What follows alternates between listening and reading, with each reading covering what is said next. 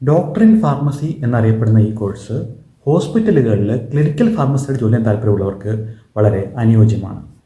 ഫാർമഡി course കഴിഞ്ഞാൽ PhD in pharmacy, MBA in health care തുടങ്ങിയ higher studies ഓപ്ഷൻസും ഉണ്ട്.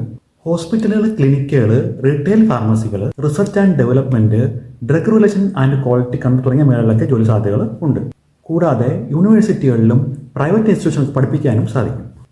ആർട്ടിഫിഷ്യൽ ഇൻ്റലിജൻസിൻ്റെ ഈ കാലഘട്ടത്തിൽ നമ്മുടെ ഓരോരുത്തരുടെയും ജനിതക ഘടന അനുസരിച്ച് ഓരോരുത്തർക്കും അനുയോജ്യമായ പേഴ്സണലൈസ്ഡ് മെഡിസിൻ വന്നുകൊണ്ടിരിക്കുന്ന കാലഘട്ടത്തിൽ ഫാർമഡി കോഴ്സിന് വളരെയധികം ഇമ്പോർട്ടൻസ് ഉണ്ട്. ജോലി സാധ്യത കൂടുതൽ യൂറോപ്യൻ രാജ്യങ്ങൾ, ഓസ്ട്രേലിയ, ന്യൂസിലൻഡ്, UK, US തുടങ്ങിയ രാജ്യങ്ങളിലാണ്. ഇനി നമുക്ക് ഫാർമഡിയുടെ ഡീമെറിറ്റ്സിലേക്ക് പോകാം.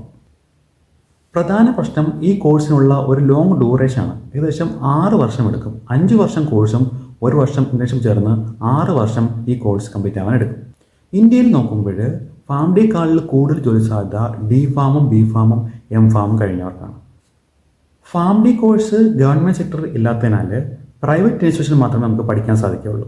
അതുകൊണ്ട് തന്നെ പഠനത്തിന് വളരെയധികം ചിലവേറും.